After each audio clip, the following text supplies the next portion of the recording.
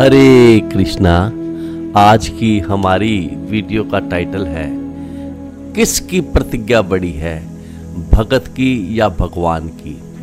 पिछली वीडियो में हमने देखा था कि कैसे भीष्म पितामह ने उत्तरायण का समय आने पर नाना धर्मों पर प्रवचन बंद कर दिया और वह भगवान की स्तुतियां गाने के लिए तैयार हो गए। भीष्म पितामह किस स्थिति में थे? वह बाणों की शैया पर लेटे हुए थे। उन्होंने भगवान में मन को लगाया हुआ था, नेत्रों को लगाया हुआ था भगवान का रूप निहारने में, और वाणी को लगाया हुआ था भगवान का गुणगान करने में। भीष्म पितामह अपनी स्तुतियों में कहते हैं कि अब तक मेरी मति विभिन्न विषयों तथा वृत्तियों के अधीन थी, किंतु अब मुझे मेरी मति को परम शक्तिमान भगवान श्री कृष्ण में लगाने दो। और भगवान श्री कृष्ण कैसे हैं? वह अपने ही आनंद में मगन रहते हैं। यद्यपि यह सारा जगत उन्हीं के द्वारा सृजित है, किंतु कभी कभी विहार करने के लिए, आनंद लेने के लिए वह इस जगत में अवतार लेते हैं। गुरु महाराज जी कहते हैं, चूंकि भीष्म देव एक राजपुरुष थे, कुरुवंश के मुखिया थे, महान सेनापति थे और क्षत्रियों के अग्रणी थे, अतः उनका मन अनेक विषयों में लगा रहता था। लेकिन अब वह अपना मन भगवान श्री कृष्ण पर केंद्रित करना चाहते हैं। भीष्म पितामह के कहने का अर्थ यह है कि मैंने अब तक अनेक साधनों का अनुष्ठान किया है, अनेक संतों का, भक्तों का, ऋषियों का संग किया है। सब कुछ करके मैंने सत्य क्या समझा है, सार क्या समझा है कि जीवन में एकमात्र सत्य श्री कृष्ण है और श्री कृष्ण के अतिरिक्त कोई तत्व नहीं है। इसलिए अब मैं अपनी मति को, अपनी बुद्धि को श्री कृष्ण को समर्पित कर रहा हूँ। और यह बात भीष्म पितामह कहाँ बोल रहे हैं? जहाँ संपूर्ण ब्रह्मांड के बड़े बड़े ऋषि मुनि जुटे हुए हैं, उनके बीच में यह बात बोल रहे हैं। आगे भीष्म देव बाणों की शैया पर लेटे लेटे भगवान के सारथी रूप को याद कर रहे थे। भीष्म पितामह का मन भगवान के सारथी रूप में पूरी तरह से अटका हुआ था, पूरी तरह से आसक्त था। भीष्म पितामह कह रहे थे कि विजय सखा अर्थात अर्जुन के मित्र में मेरी निर्दोष रति हो, फल की इच्छा से रहित रति हो, निष्काम रति हो, मेरा भगवान में प्रेम हो, अन्य किसी फल की कामना कभी भी ना हो। गुरु महाराज जी कहते हैं कि कभी कभी कोई भगवान से प्रेम करता है तो उसमें दोष होता है। दोष क्या होता है? कुछ और कामना होती है। एक तो कामना का दोष है और दूसरा दोष यह है कि प्रेम कभी कभी खंडित होता रहता है। लेकिन भीष्म पितामह कह रहे हैं कि भगवान में मेरी निर्दोष रति हो, बिना दोष के रति हो। भीष्म पितामह आगे कहते हैं कि श्री कृष्ण जो अर्जुन के घनिष्ठ मित्र हैं, वे इस धरा पर अपने दिव्य शरीर सहित प्रकट हुए हैं। और उनका दिव्य शरीर कैसा है? वह तमाल वृक्ष जैसे नीले रंग का है। उनका दिव्य शरीर तीनों लोकों, उच्च लोक, मध्य तथा अधोलोकों में हर एक को आकृष्ट करने वाला है। तीनों लोकों में जितने भी जीव हैं, सब उनको देखने की कामना करते हैं, उनको छूने की कामना करते हैं। उनका चमचमाता पीतांबर तथा कमल जैसा सुंदर मुख कमल मेरे आकर्षण का विषय बने। मैं किसी प्रकार के अन्य फल की इच्छा ना करूं। गुरु महाराज जी कहते हैं कि जब श्री कृष्ण स्वेच्छा से इस धरा पर प्रकट होते हैं तो उनके दिव्य शरीर के आकर्षक अंगों को देखने की इच्छा तीनों लोकों में होती है। ब्रह्मांड भर में कहीं भी भगवान श्री कृष्ण जैसे सुंदर आकृति के शरीर वाला कोई नहीं है। अर्जुन को यहाँ विजय कहा गया है और कृष्ण को उनका घनिष्ठ मित्र। कुरुक्षेत्र युद्ध के बाद शरशैया पर लेटे भीष्म देव भगवान श्री कृष्ण की वेशभूषा का स्मरण कर रहे हैं, जिसे भगवान श्री कृष्ण ने अर्जुन के सारथी के रूप में धारण किए हुए थे। जब अर्जुन तथा भीष्म के मध्य युद्ध चल रहा था तो भीष्म पितामह का ध्यान श्री कृष्ण की चमचमाती वेशभूषा की ओर आकर्षित हुआ था।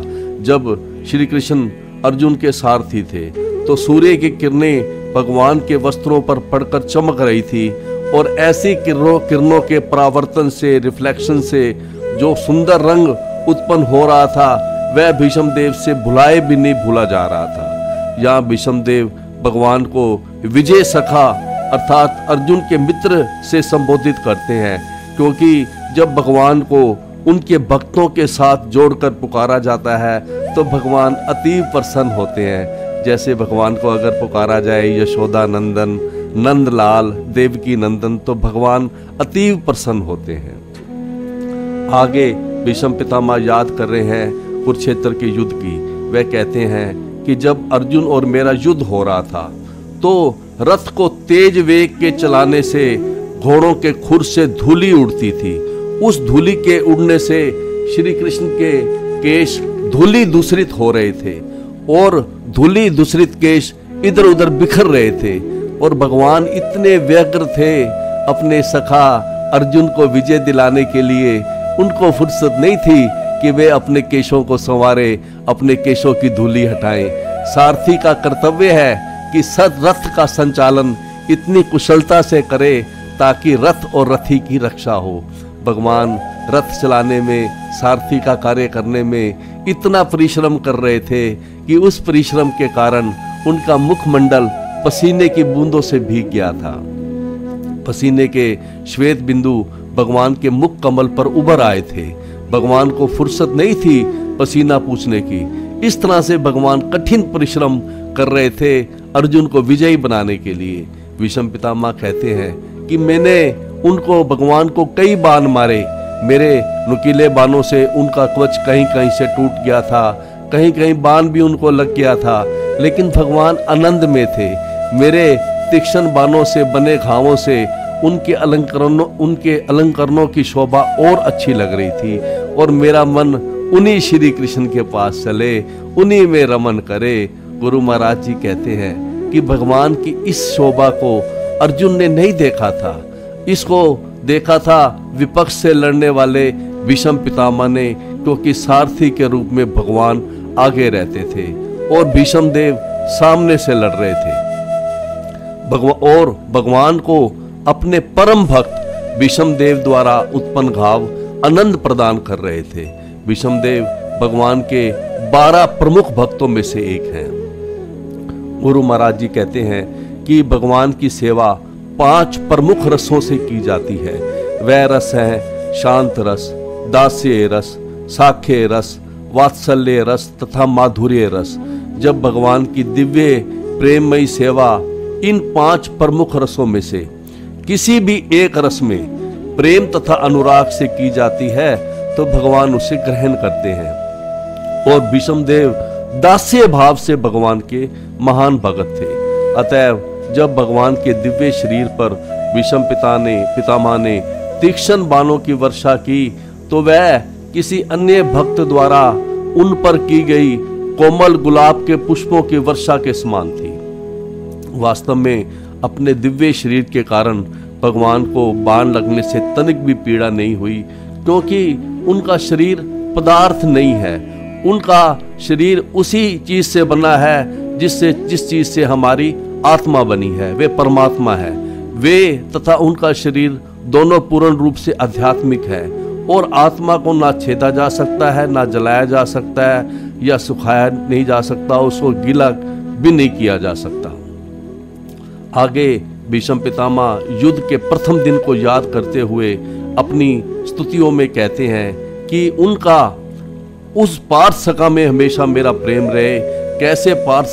कैसे अर्जुन सखा में जो युद्ध भूमि में अपने मित्र अर्जुन की बात सुनकर के तुरंत ही अपने रथ को उन्होंने अपनी सेना और शत्रुओं की सेना के बीच में ले गए थे।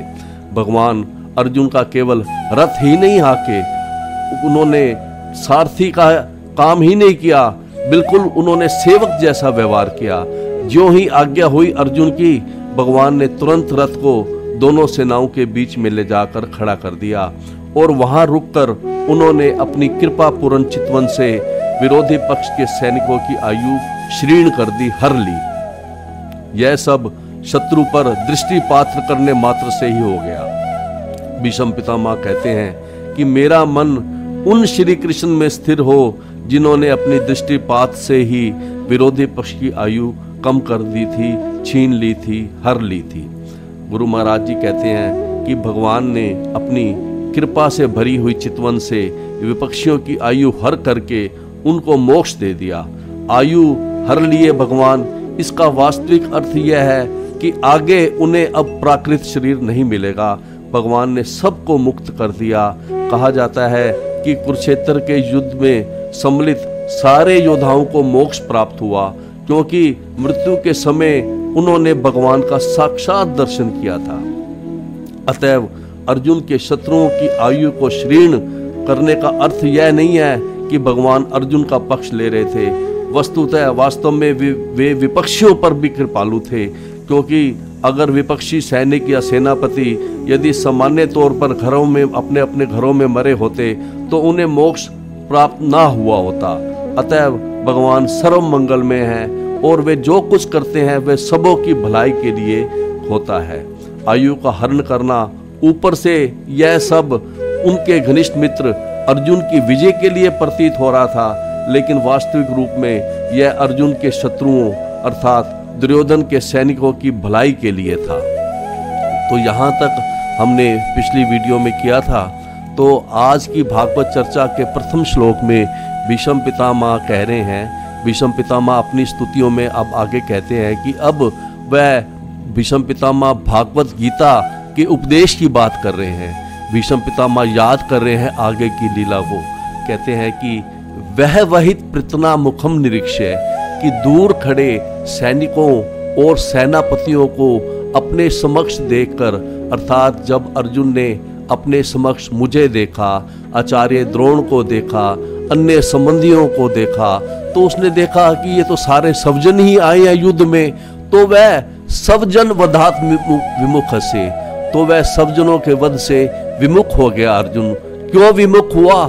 दोष बुद्धिया, अर्थात दोष बुद्धि करके उसको यह दोष बुद्धि हो गई कि सब जनों का वध करने से दोष होगा, पाप होगा, इसलिए वह विमुख हो गए उनके वध से। भीष्म पितामह कहते हैं कि यह अर्जुन की कुमति थी, कुमतिम, यह अर्जुन की कुमति थी, दूषित मति थी अर्जुन का। भगवान का नित्य परिकर हो करके, भगवान का भगत हो करके, भगवान का सखा हो करके देह के संबंधियों में इतनी ममता करना, यह कुमति थी। और भगवान ने इस कुमति को अहरत, भगवान ने हर लिया इस कुमति को। भगवान ने भागवत गीता का उपदेश करके अर्जुन की कुमति को हर लिया। केवल भगवान ने अर्जुन की कुमति को ही नहीं हरा, जब तक भागवत गीता रहेगी इस संसार में, इस भागवत गीता को पढ़ने वालों की कुमति हरती रहेगी। और भगवान ने कुमति का हरण कैसे किया? आत्म विद्या। यह भगवान ने गीता में, भागवत गीता में अपने विषय में ज्ञान दिया है। अपने विषय में जब तक हमें भगवान श्री कृष्ण के बारे में जानकारी नहीं होगी कि कृष्ण प्रभु हैं, कृष्ण ईश्वर है, इन्होंने ही संसार को बनाया है, तब तक जीव की, तब तक हमारी कुमति नहीं जाएगी। ऐसे भगवान के चरणों के अंदर, चरण रति परमस्य तस्सु में अस्तु, ऐसे भगवान के चरण कमलों में मेरी रति हो, ऐसा भीष्म पितामह कह रहे हैं। इस श्लोक के अर्थ में गुरु महाराज जी लिखते हैं कि जब युद्ध क्षेत्र में अर्जुन अपने समक्ष सैनिकों तथा सेनापतियों को उन्होंने देखा, सामने देखा, तो अज्ञान से कलुषित हो गए थे अर्जुन। तो भगवान ने उसके अज्ञान को दिव्य ज्ञान प्रदान करके, अर्थात गीता का, भागवत गीता का ज्ञान प्रदान करके उन्होंने अज्ञान को समूल नष्ट कर दिया। ऐसे भगवान, उनके चरण कमल सदैव मेरे आकर्षण के लक्ष्य बने रहे। अगले श्लोक में भीष्म पितामह याद कर रहे हैं कि कैसे भगवान ने मेरी प्रतिज्ञा को रखने के लिए अपनी प्रतिज्ञा छोड़ दी। कहते हैं सब निगमम अपहाय मत प्रतिज्ञाम, कि भगवान ने सब निगमम, भगवान ने अपनी प्रतिज्ञा को अपहाय छोड़ दिया और मेरी प्रतिज्ञा, मत प्रतिज्ञाम, मेरी प्रतिज्ञा को सत्य करने के लिए, अधिक करने के लिए भगवान अवप्लुप्त है। भगवान रथ से कूद गए, जो पहले रथ थे, जो पहले रथ में बैठे थे, भगवान रथ से कूद गए और उन्होंने ऋत रथ चरण, उन्होंने एक रथ का पहिया, रथ का चरण उन्होंने अपने हाथों में उठा लिया और अभ्ययात और भगवान तेजी से मेरे सन्मुख आ रहे थे, मेरी ओर दौड़ रहे थे भगवान। और भगवान जब चल रहे थे, भगवान ऐसे दौड़े चल गदू कि उनके पैरों की धमक से पृथ्वी में कंपन हो रहा था। और भगवान मेरी तरफ ऐसे दौड़े, हरि इव हंतुम इवम, जैसे एक सिंह हाथी को मारने के लिए दौड़ता है, ऐसे भगवान मेरे को मारने के लिए दौड़े। इसमें उनका गत उत्तरीय, इसमें उनका जो उत्तरीय वस्त्र था अर्थात दुपट्टा था, अंग वस्त्र था, वो भी रास्ते में गिर गया था। इसका भी उनको कोई होश नहीं था। तो इसके सरलार्थ में कहते हैं गुरु महाराज भीष्म पितामह कहते हैं कि मेरी इच्छा को पूरी करते हुए तथा अपनी प्रतिज्ञा तोड़ दी। भगवान ने मेरी प्रतिज्ञा को ऊपर रखते हुए उन्होंने अपनी प्रतिज्ञा तोड़ दी। वे रथ से नीचे उतर आए, उन्होंने रथ का पहिया उठा लिया और तेजी से मेरी ओर दौड़े, जिस तरह कोई सिंह किसी हाथी को मारने के लिए दौड़ पड़ता है। इसमें उनका उत्तरीय वस्त्र भी रास्ते में गिर गया था। तो इसकी व्याख्या करते हुए गुरु महाराज जी कहते हैं कि भीष्म पितामह बाणों की शैया पर पड़े थे, भगवान के गुण गा रहे थे।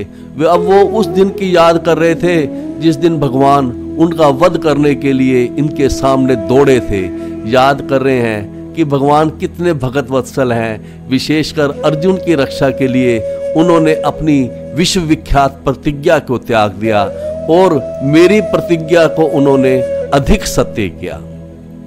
कहते हैं गुरु महाराज कि जब युद्ध निश्चित हो गया था कौरवों तथा पांडवों में, तो पहले दुर्योधन और बाद में अर्जुन गए भगवान श्री कृष्ण से सहायता मांगने के लिए द्वारका में।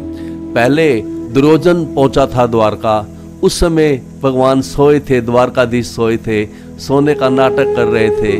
दुर्योधन भगवान के समधी थे। दुर्योधन की पुत्री लक्ष्मणा का विवाह भगवान के सांब नामक पुत्र से हुआ था। दुर्योधन भगवान के सिराने आसन पर जाकर बैठ गए और कुछ देर के बाद अर्जुन भी वहां पहुंचे और वह भगवान के चरणों के पास खड़े हो गए। अर्जुन भगवान की छवि को निहार रहे थे, उनके सौंदर्य को देख रहे थे, हाथ जोड़कर खड़े थे जैसा कि इस चित्र में दिखाया गया है। प्रतीक्षा कर रहे थे कि भगवान कब जगेंगे। और दुर्योधन सिर के पास बैठे थे। जब द्वारकाधीश की नींद खुली तो भगवान ने सबसे पहले अर्जुन को देखा। यद्यपि दुर्योधन पहले आया था, लेकिन भगवान ने पहले देखा अर्जुन को। यह स्वाभाविक है, जब आदमी जागेगा तो पैर की तरफ ही देखता है। भगवान खड़े हुए और युधिष्ठिर आदि सब का हाल पूछने लगे। इतने में दुर्योधन कहता है कि हे द्वारकाधीश, मैं भी आया हूँ। भगवान तो अंतर्यामी है, जानते ही थे कि दुर्योधन आया है। फिर वो दुर्योधन से भी मिले। पलंग पर भगवान ने एक तरफ अर्जुन को बैठाया, एक तरफ दुर्योधन को बैठाया। देखिए भगवान की लीला कितनी सम है। पहले दुर्योधन से पूछा, आप कैसे आए? दुर्योधन ने कहा कि हमारे परिवार में युद्ध होना निश्चित हो गया है, आप हमारे संबंधी हैं, अतः मैं आपसे सहायता चाहता हूँ। फिर भगवान ने अर्जुन से पूछा कि अर्जुन आप कैसे आए? अर्जुन ने कहा, हमें भी महाराज युधिष्ठिर ने भेजा है आपसे सहायता लेने के लिए। तो भगवान ने कहा, मैं सहायता अवश्य करूँगा, लेकिन क्योंकि यह युद्ध जो है अपने संबंधियों में हो रहा है, अतः मैं किसी भी पक्ष से लड़ूंगा नहीं। उन्होंने कहा कि मैं किसी की हत्या नहीं करूंगा, कोई मैं अस्त्र शस्त्र ग्रहण नहीं करूंगा। और भगवान ने दोनों की बात रखी। भगवान ने कहा कि मैं एक तरफ मेरी नारायणी सेना रहेगी, एक अक्षोहिणी, और दूसरी तरफ मैं रहूंगा, सिर्फ विचार दूंगा, अस्त्र नहीं उठाऊंगा। तो दोनों में से एक एक आप ले लीजिए। तो ऐसा भगवान ने जब कहा कि दोनों में से एक एक ले लीजिए, भगवान ने आगे कहा कि धर्म यह है कि जब दो लोगों में विवाद हो तो छोटी उम्र के व्यक्ति की मांग को पहले पूरा करना चाहिए। इसीलिए अर्जुन की मांग को मैं पहले पूरी करूंगा, क्योंकि यह आयु में छोटा है। उसके लिए भगवान ने अर्जुन को पहले अवसर दिया चुनने के लिए कि आप दोनों में से कोई भी एक चीज चुन लीजिए। भगवान ने अर्जुन से कहा कि पहले आप मांगिए, आप सेना चाहते हैं या निहत्था मुझे चाहते हैं? अर्जुन इतना सुनते ही कहे, हे केशव, मैं आपको चाहता हूँ, मुझे सेना नहीं चाहिए। देखिए अर्जुन की महानता, अर्जुन के वहाँ उद्गार हैं कि मुझे सेना की आवश्यकता नहीं है, हे केशव मैं तो चाहता हूँ कि आप मेरे साथ रहें, आप और कुछ भी ना करेंगे, सारथी का काम तो आप कर सकते हैं ना, वो तो हथियार उठाना नहीं है। फिर भगवान ने दुर्योधन से पूछा तो दुर्योधन भी इस पर सहमत हो गया। उसने कहा हाँ ठीक है, वह सहमत हो गया और कहने लगा मुझे आप एक अक्षौहिणी नारायणी सेना दे दीजिए। दुर्योधन प्रसन्न हो गया और सोचने लगा बहुत अच्छा हुआ। दुर्योधन जब सेना लेकर चला गया तो भगवान ने अर्जुन से पूछा, भगवान ने कहा तुम अर्जुन तुम्हारा दिमाग ठीक है, तुमको युधिष्ठिर महाराज ने सेना के लिए भेजा था ना, और इस युद्ध के अवसर पर तो सेना चाहिए, तुमने बहुत बड़ी गलती की जो तुमने सेना ना चुनकर मुझको चुन लिया। इस पर अर्जुन बोले हे कृष्ण मेरे जीवन की एक ही इच्छा थी कि मैं अपने जीवन की बागडोर आपको सौंप दूं, आप मेरा सारथी बनिए, मैं चाहता भी नहीं हूं कि आप युद्ध कीजिए। अर्जुन कहते हैं कि हे कृष्ण मुझे विजय नहीं चाहिए, मुझे राज्य नहीं चाहिए, किसी भी हालत में मैं आपको चाहता हूँ, मुझे कृष्ण चाहिए। भगवान बोले ठीक है मैं सारथी बनूंगा, और इस तरह से भगवान सारथी बने। लेकिन उनकी प्रतिज्ञा थी कि मैं हथियार नहीं उठाऊंगा, तो भगवान की प्रतिज्ञा थी कि मैं कुरुक्षेत्र के युद्ध में हथियार नहीं उठाऊंगा। उधर आगे जब युद्ध शुरू हुआ तो युद्ध में एक दिन की बात थी कि दुर्योधन भीष्म पितामह के पास आकर रोने लगा, क्योंकि दुर्योधन के भाई मारे जा रहे थे, उसकी सेना हार रही थी। भीष्म पितामह 10 दिन तक कौरवों के प्रधान सेनापति रहे थे। उसने देखा कि दुर्योधन ने देखा कि जब अर्जुन सामने होता था तो भीष्म पितामह कठोरता से युद्ध नहीं लड़ रहे थे। अर्जुन के प्रति उनका बहुत स्नेह था। दुर्योधन कहने लगा हे पितामह मैं देख रहा हूँ कि अर्जुन के साथ आप बहुत ढीला लड़ रहे हैं, आप अर्जुन से बहुत स्नेह कर रहे हैं, यह युद्ध का मैदान है, हमारी हार होती जा रही है, कई लोग मरते जा रहे हैं, आप ठीक से लड़ नहीं रहे हैं। दुर्योधन ने तो यहाँ तक कह दिया कि आप अन्न हमारा खा रहे हैं और प्रेम अर्जुन से कर रहे हैं। यह बात भीष्म पितामह को बहुत लग गई। यद्यपि राज्य भीष्म पितामह का था, उन्होंने स्वेच्छा से राज्य नहीं लिया था, वह शांतनु महाराज के उत्तराधिकारी थे, ज्येष्ठ पुत्र थे, लेकिन पिता के सुख के लिए उन्होंने विवाह नहीं किया था, राज्य नहीं लिया था, और सारा राज्य उन्होंने अपने भाई विचित्रवीर्य को दे दिया था। और विचित्रवीर्य की आगे संतान हुई धृतराष्ट्र, पांडु और विदर्भ। दुर्योधन भीष्म पितामह से बोला कि आप हमारी तरफ से लड़ रहे हैं केवल दिखाने के लिए। यह बात सुनकर के भीष्म पितामह के हृदय को बड़ा धक्का लगा। उन्होंने विचार किया कि मैं ऐसा युद्ध करूं, ऐसी स्थिति उत्पन्न करूं कि अर्जुन की हालत ऐसी हो जाए कि अब मरा के अब मरा, ऐसी स्थिति उत्पन्न होनी चाहिए। ऐसी स्थिति उत्पन्न होने पर भगवान अर्जुन की रक्षा के लिए अवश्य हथियार उठाएंगे। भगवान श्री कृष्ण की भगत वत्सलता को विख्यात करने के लिए भीष्म पितामह को एक युक्ति सूझी। उन्होंने कहा ठीक है दुर्योधन, कल मैं युद्ध करूंगा। उन्होंने कहा कि कल या तो 5 पांडवों का मरण होगा या कृष्ण को अपनी प्रतिज्ञा छोड़नी होगी, उन्हें अस्त्र उठाना होगा। यह प्रतिज्ञा कर दी भीष्म पितामह ने कि या तो 5 पांडवों का मरण होगा या श्री कृष्ण को हथियार उठाना पड़ेगा। दुर्योधन इस बात से बहुत प्रसन्न हुआ कि कल या तो पांडवों का मरण होगा या कृष्ण की बहुत बेइज्जती होगी, उन्हें झूठा कहा जाएगा। तो इस तरह से भीष्म पितामह ने भी अपनी प्रतिज्ञा कर ली। इधर भगवान की भी प्रतिज्ञा थी कि मैं अस्त्र नहीं उठाऊंगा। सूरदास जी ने एक पद में लिखा है कि भीष्म पितामह कहते हैं जो पे हरि ना शस्त्र कहाऊं, यदि मैं आज कृष्ण को अस्त्र नहीं पकड़वा दिया, यदि मैंने श्री कृष्ण को अस्त्र नहीं पकड़वा दिया तो लाजो गंगा जननी को शांतनु सुतन कहूँ, फिर मुझे लज्जा आएगी। मैं ऐसा नहीं कहूँगा कि गंगा जी और शांतनु मैं गंगा जी और शांतनु जी का पुत्र हूँ। स्यंदन खंड महारथ खंडो कि कहते हैं कि कल के युद्ध में यदि मैं अर्जुन के रथ को खंड खंड कर दूंगा और कहते हैं उसके जो महाधनुष है उसका गांडीव उसको भी तोड़ दूंगा, और कपि ध्वज सहित डुलाऊं, और जो उनका जो झंडा है जिस पे हनुमान जी छपे हुए हैं उसको भी मैं गिरा दूंगा यदि भगवान श्री कृष्ण ने अस्त्र नहीं उठाए। और कहते हैं आगे, इति न करो शपथ मोहि हर की, क्षत्रिय गति ना पाऊं। मुझे सौगंध है कि अगर मैं सफल ना हो पाऊं तो मुझे क्षत्रिय की गति ना मिले। तो ऐसी प्रतिज्ञा कर दी उन्होंने कि मैं श्री कृष्ण को अस्त्र पकड़वाऊंगा। तो वास्तव में भीष्म पितामह अर्जुन के प्रति भगवान की भगत वत्सलता को दिखाना चाहते थे। तो इन दोनों की प्रतिज्ञा होगी, भगवान की प्रतिज्ञा हुई कि मैं अस्त्र नहीं उठाऊंगा, और भीष्म पितामह की प्रतिज्ञा होगी कि भगवान को मैं अस्त्र ग्रहण करवाऊंगा।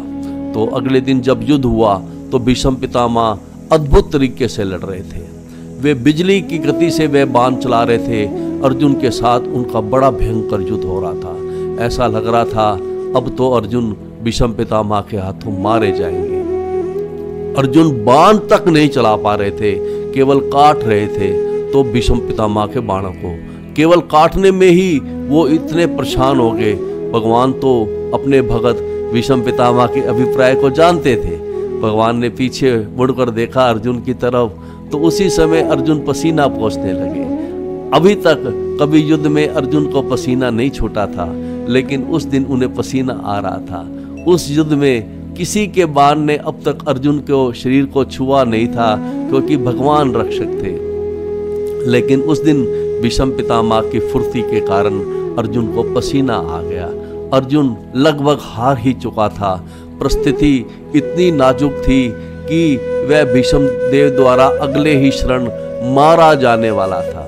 तो यह देखते ही भगवान ने रथ हाँकना छोड़ दिया और भगवान कूद पड़े। रथ छोड़कर एक टूटे हुए रथ का पहिया पड़ा था, उसे उठाकर भीष्म पितामह को मारने दौड़े भगवान।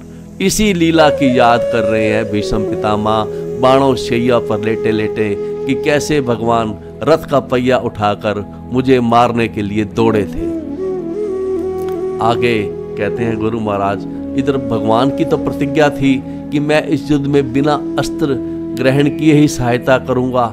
उधर भीष्म की प्रतिज्ञा थी कि मैं श्री कृष्ण को अस्त्र ग्रहण कराकर छोड़ूंगा, नहीं तो अर्जुन का मरण होगा। भगवान ने अपनी प्रतिज्ञा को छोड़ दिया। भीष्म पितामह कहते हैं कि भगवान ने अपनी प्रतिज्ञा को छोड़ दिया और मेरी प्रतिज्ञा को सत्य करने के लिए वह रथ से कूदे। उन्होंने रथ का चक्कर उठाकर मुझे मारने आने लगे। उस समय भगवान अपनी सारी मनुष्य लीला भूल गए। भगवान बड़े वेग में चले, क्योंकि सारे जीव भगवान के भीतर है। जब भगवान तेजी से चले तो भगवान का भार बढ़ गया और पृथ्वी कांपने लगी। और भगवान ऐसे चले मुझे मारने के लिए जैसे सिंह हाथी को मारने चलता है। और उस समय भगवान मेरे प्रति इतने क्रोध में थे और अर्जुन से उनकी इतनी प्रीति थी कि वो मुझे मारने के लिए बड़े ही तेजी से चले, बड़े वेग से चले। और इस वेग के कारण भगवान का उत्तरीय वस्त्र, दुपट्टा, अंग वस्त्र वो भी गिर गया और इसका उन्हें पता नहीं चला। क्रोधवश उन्हें इसका होश तक नहीं रहा कि रास्ते में उनसे क्या गिर गया है। जब भगवान रथ से कूदे तो अर्जुन भी तुरंत उनके पीछे पीछे रथ से कूद पड़े। अर्जुन को चिंता हुई कि संसार में भगवान की बदनामी हो गई, इनकी प्रतिज्ञा भंग हो जाएगी। अर्जुन नहीं चाहते थे कि श्री कृष्ण हथियार उठाए। वो कहने लगे, आहे प्रभु आप मत मारिए पितामह को, मैं मारूंगा। वह पकड़ लिए भगवान को चरणों से, नहीं जाने दे रहे थे, लेकिन भगवान बलात् चले गए भीष्म पितामह की ओर। अर्जुन को खींचते हुए जा रहे थे। अर्जुन सोच रहे थे कि अगर ये पितामह का वध कर देंगे तो कितना नाम खराब होगा। इस तरह से भगवान ने भीष्म पितामह की प्रतिज्ञा पूरी करने के लिए अपनी प्रतिज्ञा तोड़ दी और रथ का पहिया उन्होंने उठा लिया। तो इस बात को याद कर रहे हैं भीष्म पितामह। अगले श्लोक में आगे भीष्म पितामह कह रहे थे कि शित विखित हत है, कि जब भगवान मेरी तरफ आ रहे थे दौड़े हुए, हाथ में रथ का पहिया लिए हुए, तो मैंने क्या किया। भीष्म पितामह कहते हैं कि शित विशिक हत है, तो मैंने भी उन पर नुकीले पैने बाण चलाए और मेरे पैने बाणों से वह हते वह घायल हो गए। और उनका विशीर्ण दंश, उनका कवच भी टूट गया था और सतज प्रलुप्त है, और उनका शरीर में कहीं कहीं से खून भी आ रहा था। और युद्ध क्षेत्र में उन्होंने मेरे ऊपर आक्रमण किया, आततायन में मेरे ऊपर आक्रमण किया, जैसे मेरे पहने बाणों से बने हुए घावों के कारण वह बड़े प्रसभम, बड़े क्रुद्ध हो गए हों। ऐसा उन्होंने दिखाया कि भगवान ने दिखाया कि मेरे पहने बाणों लगने से वे बड़े क्रुद्ध हो गए हैं, और उन्होंने मेरे ऊपर आक्रमण किया। और वह मुझे अभिससार मत वर्द अर्थम, वो मेरी तरफ मुझे मारने के लिए दौड़े, मेरा वध करने के लिए चले। वही स भवतु में भगवान गति मुकुंद है, वही मुकुंद जो है ना मेरी गति हो, जो मुझे मारने के लिए चले थे। इसके सरलार्थ में गुरु महाराज जी लिखते हैं कि भीष्म पितामह कहते हैं कि भगवान श्री कृष्ण जो मोक्ष के दाता हैं, वे ही मेरे अंतिम गंतव्य हो। युद्ध क्षेत्र में उन्होंने मेरे ऊपर आक्रमण किया था, मानो वह ऐसा दिखा रहे थे मानो वे अपने मेरे पहने बाणों से बने घावों के कारण क्रुद्ध हो गए हों। उनका कवच छितरा गया था और उनका शरीर खून से सन गया था। गुरु महाराज जी कहते हैं कि इसकी व्याख्या में, इस श्लोक की व्याख्या में, जब भगवान चले दौड़े भीष्म पितामह की ओर, तो उस समय भीष्म पितामह ने क्या किया? भगवान रथ लेकर चल रहे थे, रथ का पहिया उठाकर दौड़ रहे थे, तो भीष्म पितामह कहते हैं कि शुरू में उन्होंने तीखे तीखे बाण मारने लगे भगवान को। उन्होंने इतने बाण मारे कि भगवान ने छाती की रक्षा के लिए जो कवच पहना हुआ था वो भी टूट गया। तो भीष्म पितामह के बाण भगवान के अंग में लगने लगे, भगवान का शरीर लहूलुहान हो गया। इस दशा में भी भगवान अर्जुन की रक्षा के लिए व्यग्र थे। उन्होंने इस बात की परवाह नहीं की कि हमको कोई मार रहा है। जब भगवान बिल्कुल निकट आ गए तो भीष्म पितामह ने धनुष रख दिया और हाथ जोड़ लिया और कहने लगे, आइए आइए जनार्दन, मेरा वध कीजिए, आपके हाथ से मरूंगा तो मेरी सदगति हो जाएगी। लेकिन भीष्म पितामह बहुत प्रसन्न थे कि भगवान ने अर्जुन की रक्षा के लिए अपनी विश्व विख्यात प्रतिज्ञा की तिलांजलि दे दी, अपनी प्रतिज्ञा भगवान ने छोड़ दी। इससे भगवान का स्वभाव का पता चलता है कि भगवान अपने भक्तों से कितना प्रेम करते हैं। इस लीला को याद कर रहे हैं भीष्म पितामह कि मेरी प्रतिज्ञा को अधिक सत्य करने के लिए भगवान ने अपनी प्रतिज्ञा छोड़ दी। वही कृष्ण मेरी, वही मुकुंद मेरी गति हो, जो मुझे मारने के लिए आ रहे थे, वही मेरी गति हो। अर्थात जन्म जन्म में मैं इनका भगत रहूं, शरीर छोड़ने के बाद भी मैं इनकी सेवा में लगा रहूं। भगवान को अपने सम्मान की चिंता नहीं है, उन्हें यह चिंता है कि मेरे भगत की रक्षा होनी चाहिए। विचार कीजिए, भगवान ने अपनी प्रतिज्ञा छोड़ दी तो क्या इससे उनकी कोई हीनता हुई? अर्जुन की रक्षा के लिए भगवान ने अस्त्र उठा लिए, लेकिन इस लीला से तो भगवान का यश और बढ़ा। बताइए, अर्जुन को अगर प्राण संकट हो और भगवान अपनी बात देखें, अपनी प्रतिज्ञा देखें कि मैं अस्त्र नहीं उठाऊंगा, यह कैसे हो सकता है? अपने भगत की रक्षा में व्यग्र श्री कृष्ण में ही गति की याचना कर रहे हैं भीष्म पितामह। भगवान ने अपने भगत अर्जुन की रक्षा के लिए और अपने दूसरे भगत भीष्म पितामह की प्रतिज्ञा सत्य करने के लिए पहिया उठा लिया, मारने दौड़े। यह सुनकर कौन ऐसा व्यक्ति होगा जो भगवान श्री कृष्ण पर अपना जीवन न्यौछावर नहीं करेगा? जो अर्जुन को, अपने भगत को भगवान इतना मानते हैं, अर्जुन पर तो उनका स्नेह है ही है। इस लीला में भीष्म देव पर भी उनका अनुग्रह व्यक्त हो रहा है इस लीला में। तो इस तरह से जो आज की हमारी वीडियो का टाइटल है कि किसकी प्रतिज्ञा बड़ी है, भगत की या भगवान की, तो इस वीडियो में हमने देखा कि कैसे भगवान ने अपनी प्रतिज्ञा तोड़ दी और भगत की प्रतिज्ञा उन्होंने ऊपर रखी। तो इस तरह से हमने आज की वीडियो का टाइटल पूरा किया है। तो अगली वीडियो में आगे स्तुतियों में और भगवान से क्या कहते हैं भीष्म पितामह, इसको हम अगली सीटिंग में लेंगे। तब तक के लिए हरे कृष्णा।